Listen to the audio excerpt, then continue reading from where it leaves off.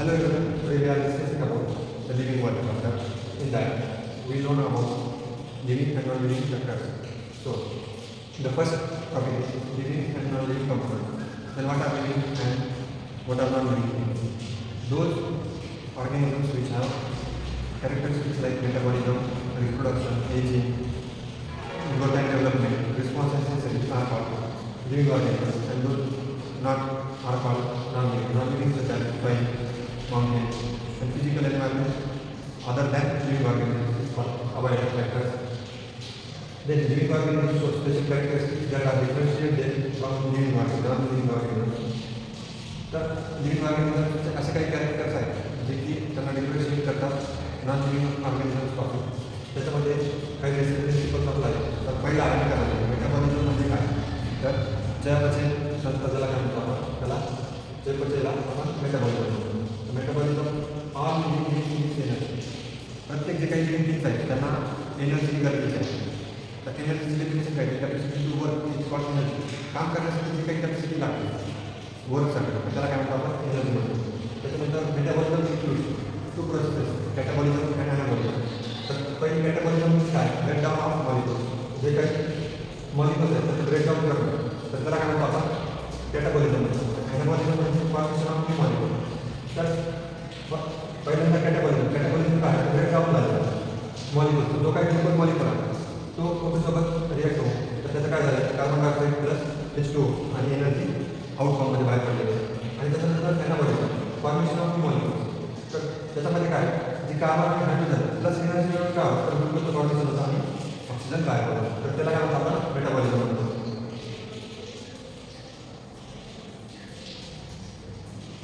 तर metabolism feature of living life.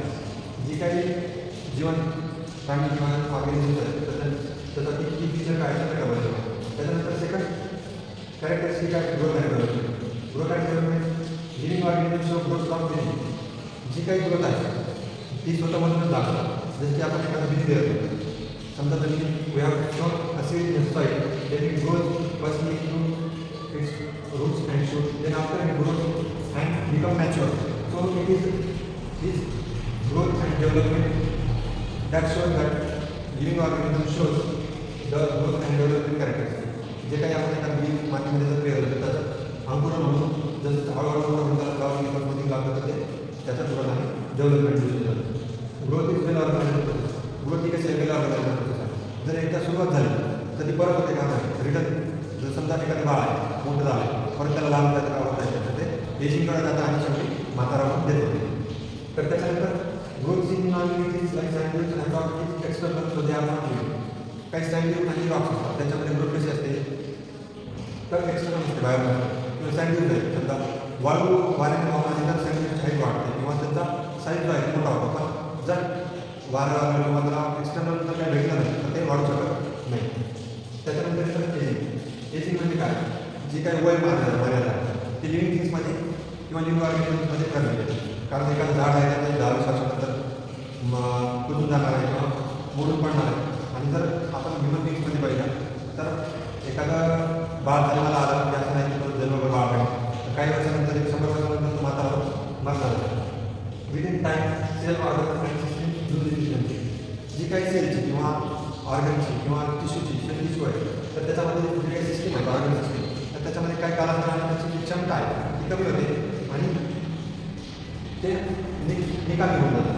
This process is called ageing. तर या सर्व प्रोसेसला काय म्हणतात, तर एजिंग म्हणतात. एजिंग नंतर आहे रिप्रोडक्शन. रिप्रोडक्शन म्हणजे काय, we born to young once.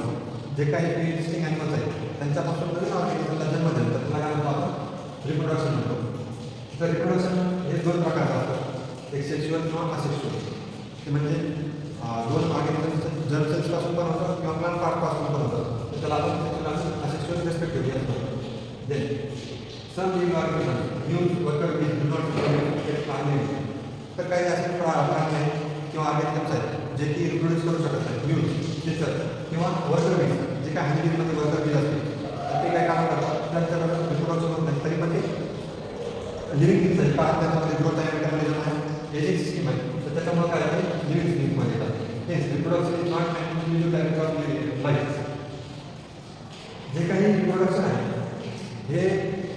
Character बिल्डिंगचा लाईफशी निगडीत असं धरण्याचं नाही.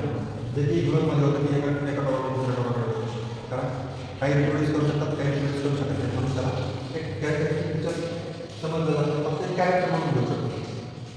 डेथ त्याच्यानंतर रिप्रोडक्शन नंतर डेथ. पृथ्वीवर जो माणूस जन्माला तर त्याच्यामध्ये लिव्हिंग ऑर्गॅनिझमचा आपण मानतो. जे काही आहे जेवढे काही लिव्हिंग ऑर्गॅनिझम्स आहेत बॅक्टेरियापासून स्मॉल सिंगल सेलपासून ते मल्टीसेल्युलर ऑर्गॅनिझमपर्यंत ज्याच्यामध्ये एकही असा प्राणी नाही तो कंटिन्यू जीवन राहणार आहे किंवा लाईफ टाईम त्याचा म्हणजे अमर आहे. प्रत्येक प्राण्याला जन्माला आल्यावर तुम्हाला कन्फर्म आहे. मेटाबॉलिझम ऑर्गॅनिझम आहे. जेव्हा बॉडी एनर्जी तयार करणं बंद करते किंवा बॉडीमधून त्याला काही एनर्जी मिळणार आहे बंद होते तेव्हा ते ऑटोमॅटिक लिव्हिंग डाय होतात. त्याच्यानंतर रिस्पॉन्सिबिलिटी.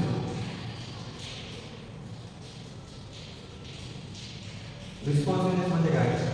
जर एखादी लिव्हिंग थिंग्स आहे किंवा त्याला आपण एखाद्या गरम भांड्याला हात लावून आपल्याला एकदम धक्का बसतो आणि सेन्सिटिव्ह ऑर्गन काम करताना हात बाजूला काढून शकतो. तर अनलिव्हिंग रिस्पॉन्स लागला केमिकल बायोलॉजिकल जे काही बायोलॉजिकल चेंजेस आहेत किंवा फिजिकल चेंजेस आहेत केमिकल चेंजेस आहेत तर त्याला जे लिव्हिंग थिंग्स आहेत प्रतिसाद देतात. तर आपण दगडाला लागणार दगड होणार आहे मला का लागणार किंवा दूध जाऊन थांबणार आहे का. तसंच जर आपण एखाद्या मुलं चिंता किंवा आपण चिमटी जर घेतली त्याला की आपण हात दूर करतो तर त्याला काय म्हणतो आपण रिस्पॉन्सिबिलिटी म्हणतो. रिस्पॉन्सिबिलिटी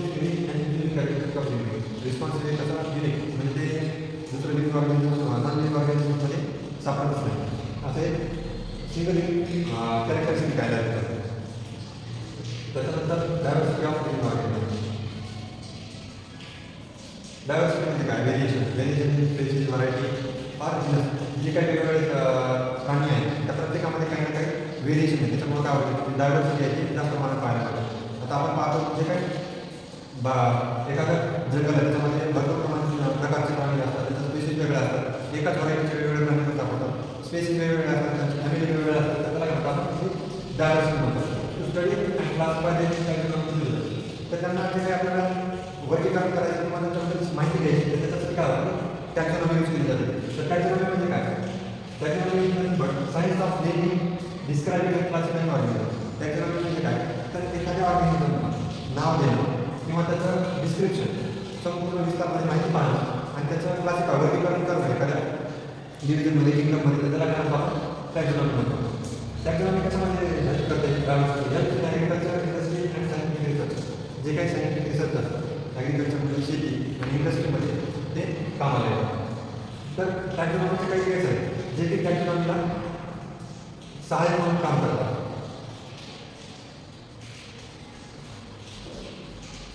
तर त्याच्यामध्ये पहिलं येतं botanical garden, monograph, manual, flora, zoological park, herbarium, की आणि म्युझियम. हे वेगवेगळे टॅक्सॉनॉमिकल लेट्सचे पार्ट्स आहेत. तर त्याच्यामध्ये आपण एक पाहणार आहोत. तर सुरुवातीला आपण पाहणार आहोत हर्बॅरियम. हर्बॅरियम काय आहे? हर्बॅरियम म्हणजे जे काही आपण हर्बॅरियम कलेक्शन ऑफ ड्राईड फ्रेशनर आणि प्लांट स्पेसिमेन. जे काही प्लांट स्पेसिमेन असतात त्याला ड्राईड करून आणि फ्रेश करून त्याला स्टोअर करून त्याला काय म्हणतो आपण तर हर्बॅरियम. तर त्या हर्बॅरियम काय? हर्बॅरियम अशी शीट असते. हर्बॅरियम रेक्टँग्युलर शीट असते ज्याची वरची बाजू जी काय 29 सेंटीमीटर असते आणि लांबी त्याची 41.5 सेंटीमीटर असते.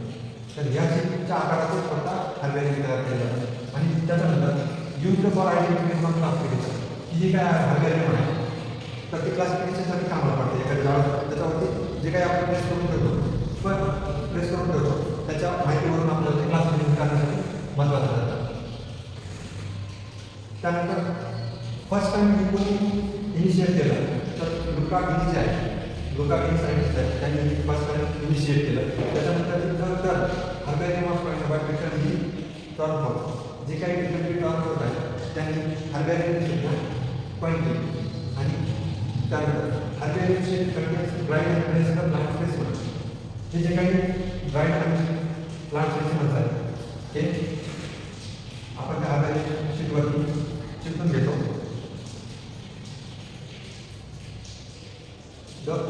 each sheet has label extra at the lower right. जी काय हर्बॅरियम राहील ही जी हरभऱ्याची शेत आहे तिचा काय राईट कॉर्नर आहे तर त्याचा राईट कॉर्नर त्याची माहिती दिलेली असते. तर टेबल काय इंडिकेट करतं किंवा त्या टेबलमध्ये काय काय माहिती आहे डेट ऑफ कलेक्शन पहिल्यांदा डेट ऑफ कलेक्शन जेव्हा कधी आपण त्याची म्हणून कलेक्ट केला तर त्याची डेट तिथं असेल. प्लेस ऑफ कलेक्शन प्लेस ज्या ठिकाणावर आपण कलेक्ट केला त्या ठिकाणाचं नाव त्याच्यानंतर क्लासिफिकेशन त्याचं क्लासिफिकेशन असतं जिनस स्पेसिस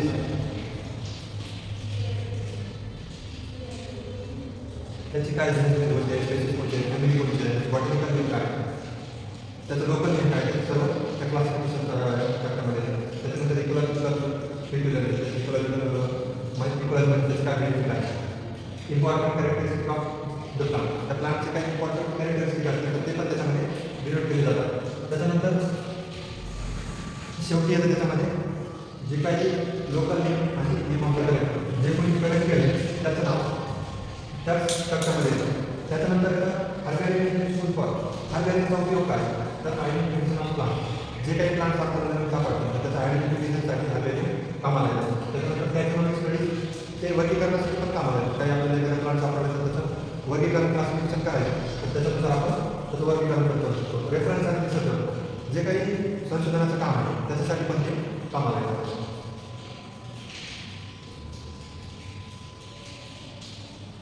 त्याच्यानंतर सायंटिस्ट लुका डी यांनी फर्स्ट टाइम इस्टॅब्लिश केलं होतं बॉटॅनिकल गार्डन तर 1543 लुका डी यांनी establish the first botanical garden of the world आणि पिसा इटलीमध्ये जो काही पिसा आहे शहर त्याच्यामध्ये पहिलं बॉटॅनिकल गार्डन कोणी केलं होतं तर लुका डी यांनी पिसा येथे केलं होतं.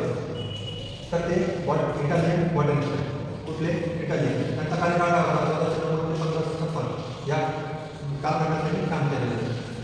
तर ही स्पेसिफिक काय फादर ऑफ हर्बेरियम हर्बेरियमची टेक्निक त्यांनी सुरुवात केली त्याच्यामुळे त्याला काय म्हणतात त्याला फादर ऑफ हर्बेरियम टेक्निक.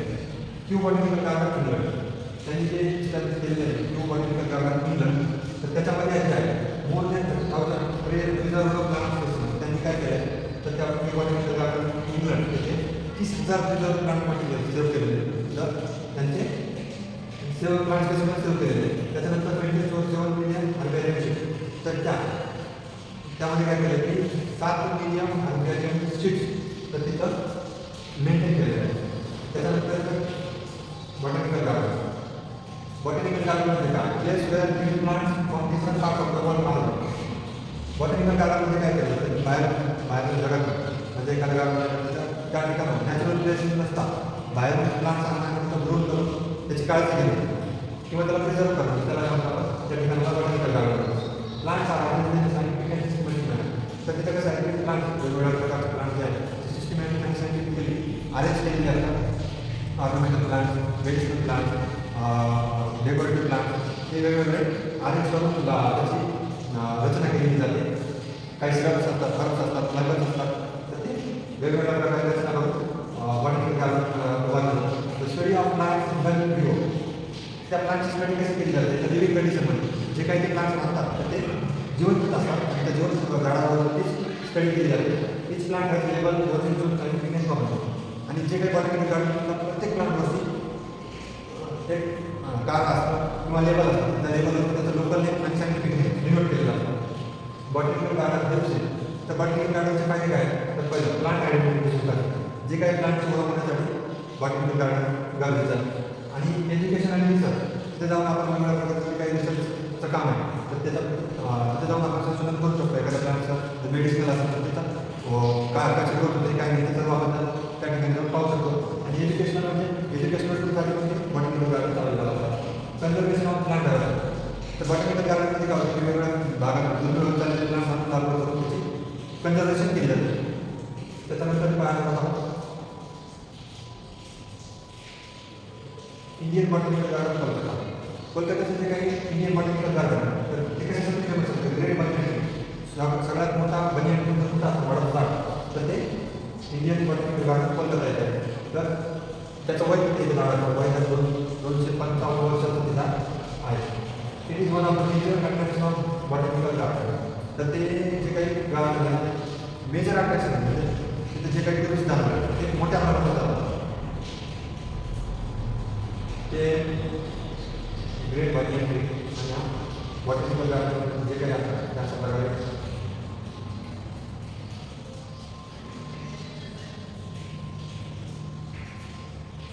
त्याच्यानंतर आपल्याला पाहिजे कन्झर्वेशन ऑफ बायोडायव्हर्सिटी. बायोडायव्हर्सिटी म्हणजे काय? Variety of life forms in ecosystem. एखाद्या इकोसिस्टममध्ये जे काही वेगवेगळ्या प्रकारचे लाईफ फॉर्म्स आहेत तर त्यांचं जे काही कन्झर्वेशन करणं त्याला काय म्हणतात आपण बायोडायव्हर्सिटी म्हणतो. बायोडायव्हर्सिटीची गरज काय? इकोलॉजिकल स्टॅबिलिटी ठेवण्यासाठी बायोडायव्हर्सिटीची गरज आहे. तर एखादी जर संख्या एखाद्या प्लांट्सची किंवा ह्युमन्सची संख्या जर कमी होत असेल तर त्याला कन्झर्व करून ग्रोथ करणं त्याला काय म्हणतो आपण इकोलॉजिकल स्टॅबिलिटी म्हणतो. जर एखादी नाशवंत झाली तर ती त्याच्यामुळे काय होतं समजा एखादी स्पेसिस आहे आणि संपुष्टात जर आली तर इकोलॉजिकलची पुढचे नाही किंवा अन्न साखळी तर ती काय होते ते आणि इकोलॉजिकल अनस्टॅबिलिटी त्याच्यामुळे काय होतं की आपल्याला ते कन्झर्वेशन करून त्याची ग्रोथ करणं गरजेचं आहे. The richness and density of biodiversity indicate the health of an ecosystem. जी काही रिचनेस आहे म्हणजे स्पेसिस रिचनेस असो किंवा डेन्सिटी असो एखाद्या प्लांट्स जर प्लांट डेन्सिटी अरेंज आहे किंवा जर त्या प्लांट स्पेसिसमध्ये रिचनेस आहे तर आपण काय म्हणतो की जी काही बायोडायव्हर्सिटी आहे ती हेल्दी आहे चांगली आहे. त्याच्यानंतर population expansion over exploitation of resources for rapid loss of biodiversity. जी काही वाढतं पॉप्युलेशन आहे त्याच्यामुळं जे काही रिसोर्सेसचे ओव्हर एक्सप्लॉयटेशन म्हणजे अतिवापर जो आहे तर त्याच्यामुळं काय होतं बायोडायव्हर्सिटी लॉस होते आणि बायोडायव्हर्सिटीचा लॉस होतो. तर त्याच्यामुळं आपण ते कन्झर्वेशन केलं पाहिजे. Conservation aims to slow down stop reverse biodiversity loss. कन्झर्वेशनचे जे काही एम्स आहेत ते जर स्लो झाले किंवा स्टॉप झाले आपण कन्झर्वेशन करणं थांबवलं तर त्याच्यामुळे काय होतं की बायोडायव्हर्सिटीचा लॉस होतो म्हणजे बायोडायव्हर्सिटीचा लॉस होतो. प्रोटेक्टिव्ह ऑर्गॅनिझम म्हणजे natural habitat for insective conservation. Insective conservation कसं म्हणतो जे काही प्लांट्स किंवा ॲनिमल्स आहेत त्यांच्या नॅचरल प्लेसवरती जर आपण त्यांना कन्झर्व केलं तर त्याला आपण इन्सेक्टिव्ह कन्झर्वेशन म्हणतो. आणि एक्सेक्टिव्ह कन्झर्वेशन म्हणजे काय? बाहेर वातावरणातून आणून आणि बॉटॅनिकल गार्डनमध्ये पार्कमध्ये त्यांना ठेवून त्यांचं संगोपन करणं किंवा बाहेर आणून दुसऱ्या ठिकाणी त्यांना संगोपन करणं कन्झर्वेशन करणं त्याला काय आपण एक्सेक्टिव्ह कन्झर्वेशन करतो. The loss of even one spaces can affect the entire ecosystem. जर इकोसिस्टममधली एखादी जरी स्पेसिस लॉस झाली तर त्याच्यामुळे काय होतं पूर्ण इकोसिस्टममध्ये त्याचा परिणाम पडतो. Biodiversity conservation is also moral and ethical responsibility of human. ही आपली नैतिक जबाबदारी आहे की आपण बायोडायव्हर्सिटीचं कन्झर्वेशन केलं पाहिजे. आपण झाडं तोडली पाहिजे किंवा पोल्युशन जे आहे ते कंट्रोल केलं पाहिजे. त्याच्यानंतर आपण म्युझियम काय? Museum are the place where preserved plant animal species are stored. ते काय केलं की जे काही preserved plant and animal species जे आहेत त्या प्रिझर्व करून स्टोअर केल्या जातात जेणेकरून भविष्यामध्ये पुढील लोकांना दाखवण्यासाठी. तर ते प्रिझर्व कसे केले जातात?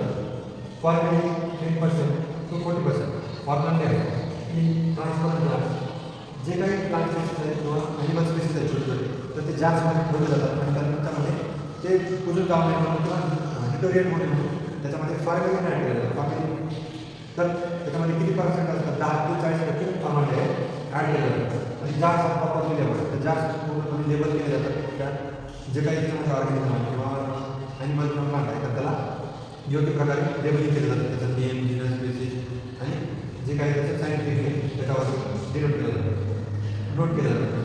लार्ज ॲनिमल्स आणि बर्ड्स असं प्लॅन केलं जातं. लार्ज ॲनिमल्स आणि बर्ड्स काय आपण जास्त रिसर्च करू शकत नाही म्हणून त्यांचे जे काही साल आहे वरची स्किन आहे तर त्या स्किनमध्ये जो काही भुसा आहे किंवा काही कॉटन लाईक स्ट्रक्चर आहे भरून त्यांना पॅक करून प्रिझर्व केलं जातं. Dry specimens are also displayed. तर तिथं काही ड्राय स्पेसिमन केलेले असतात ते पण म्युझियममध्ये डिस्प्लेसाठी ठेवले जातात दाखवण्यासाठी ठेवले जातात. म्युझियम्स हा कलेक्शन्स असतात. म्युझियम्समध्ये काय असतात? कलेक्शन्स असतात. तसेच शेल स्केलेटन आणि इन्सेक्ट बॉक्स वेगवेगळे जे इन्सेक्ट आहेत त्यांच्यासाठी इन्सेक्ट बॉक्स असतात त्याच्यामध्ये त्याचं वेल प्रिझर्व केलं जातं आणि त्यांना फॉर्मॅलिटीसाठी स्प्रेड करून ते कन्झर्व केले जातात.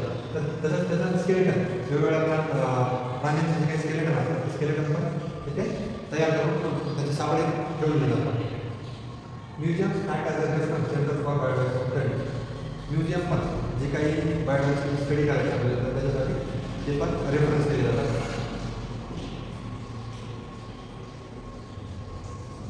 Zoological park.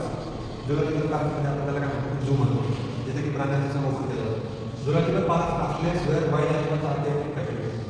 जी काही झुलॉजिकल पार्क्स आहेत तर त्याच्यामध्ये वाईल्ड ॲनिमल्स जे आहेत ते नगरपेठेत ठेवले जातात. जे काही समजा आता लेपर्ड बिबट्यांचं जंगल सोडून बाहेर जे काही फिरणं आहे ते वाढलं आहे कारण जंगलचा आपण तोडतो आहोत त्याच्यामुळे. तर तसेच काही प्राणी जे की झुलॉजिकल पार्कमध्ये ठेवून त्यांच्यावर संशोधन केलं जातं आणि त्याचे जर्म प्लाझ्म जे आहे किंवा जर्म सेल्स आहेत ते प्रिझर्व केले जातात आणि भविष्यासाठी वापरले जातात. तर animals are protected from provided conditions in natural habitat. तिथं जे काही प्राणी ठेवले जातात वाईल्ड ॲनिमल तर त्यांना त्यांच्या नॅचरल कंडिशनसारखं वातावरण पुरवलं जातं आणि त्याची काळजी घेतली जाते. The method is called executive conservation. बाहेर एखाद्या ठिकाणी वाढवलं किंवा त्यांना संगोपन करणं त्याला काय म्हणतात एक्सिक्यूटिव्ह कन्झर्वेशन. तर एक्सिक्यूटिव्ह झूज कशासाठी हेल्प करावं तर त्यांचा फायदा काय. पहिलं स्टडी फूड आहे जी काही प्राणी आपण ठेवतो त्यांची अन्नसाखळी जी काय किंवा प्रकार जो आहे तर आपल्याला अभ्यास करायचा. ऑब्झर्विंग बिहेवियर ऑफ ॲनिमल्सचं जे काही बिहेवियर आहे ते जाणून घेण्यासाठी पण त्याचा उपयोग होतो.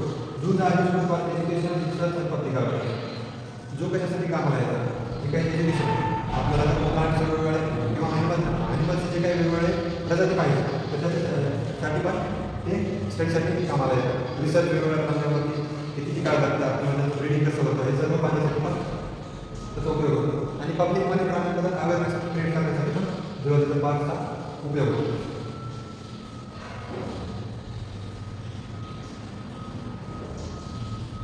तर त्याच्यामध्ये अदर बायोडायव्हर्सिटी रेकॉर्ड्स कशासाठी केलं जातं. फ्लोरा म्हणजे काय तर records of plant species found in particular area. एखाद्या एरियामध्ये प्लांट स्पेसीस फाउंड होतात तर त्यांचे जे काही रेकॉर्ड असतात त्याला काय म्हणतात फ्लोरा. त्याच्यानंतर लँग्वेज म्हणजे काय प्रोव्हाइड्स इन्फॉर्मेशन अँड की फॉर आयडेंटिफिकेशन ऑफ स्पेसीस. एखाद्या स्पेसीसचं जे काही आयडेंटिफिकेशन करण्यासाठी किंवा इन्फॉर्मेशनसाठी जे काही की पुरवलं जातं त्याला मॅन्युअल म्हणतो. मोनोग्राफ्स म्हणजे काय detail study of single biological एखाद्या बायोलॉजिकल ग्रुपचा डिटेलमध्ये स्टडी करणं त्याला काय म्हणतात मोनोग्राफ्स म्हणतो. त्याच्यानंतर कॅटलॉग काय list of species found in particular area. जे काही स्पेसीस आहेत एखाद्या पर्टिक्युलर एरियामध्ये सापडत असतील तर त्याला त्याच्या लिस्टला काय म्हणतो आपण कॅटलॉग.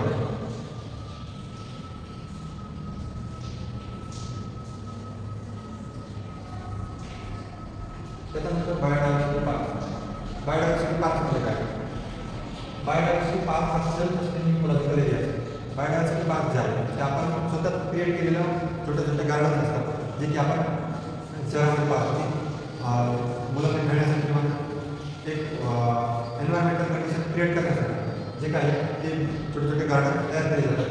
तर त्याला जी काही रिकामी जागा असते बॅरन लँड तर त्याच्यावरती ते तयार केले जातात. डेव्हलप किंवा बॅरन जी काही रिकामी जागा त्याचा उपयोग कोणी करत नाही त्या जागेवर जे काही गार्डन तयार केले जातात किंवा महानगरपालिकेचे गार्डन असतात त्याला काय म्हणतात बायोडायव्हर्सिटी पार्क.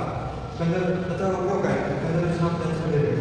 जे काही नैसर्गिक हेरिटेज आहे तर त्याचं कन्झर्वेशन होतं संरक्षण होतं आणि रिस्टोरेशन ऑफ इकोसिस्टमचे जे काही रिस्टोर आहे म्हणजे एखादी इकोसिस्टम आहे त्याला आपण रिस्टोर करून ठेवू शकतो. तर त्याचं एक एक्झाम्पल आहे म्हणजे उत्तम प्रॉपर्टी बायोडायव्हर्सिटी पार्क महाबळेश्वरला जे काही जे उत्तम प्रॉपर्टी बायोडायव्हर्सिटी पार्क आहे तर ते बायोडायव्हर्सिटी पार्कचं एक्झाम्पल.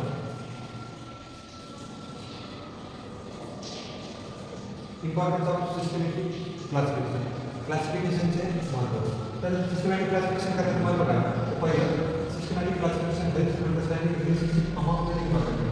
तर क्लासिफिकेशन करण्याचं महत्त्व काय की जी काही नाळ आहे व्हेरियस ऑर्गॅनिझम वेगवेगळ्या ऑर्गॅनिझम जो काही रिलेशनशिप आहे किंवा संबंध आहे तर ते जाणण्यासाठी आपल्याला सिस्टमॅटिक क्लासिफिकेशन मदत करतं. त्याच्यानंतर हेल्प्स टू मेंटेन हार्मोनी जी काय आर्ट होते आपण त्याच्यातून मेंटेन करण्यासाठी मदत करतं. Study of biodiversity is essential to understand interrelationship amount organism. ऑर्गॅनिझम्समध्ये जे काही गुंतागुंतीची रिलेशनशिप आहे तर ती जाणून घेण्यासाठी पण गरजेचं आहे.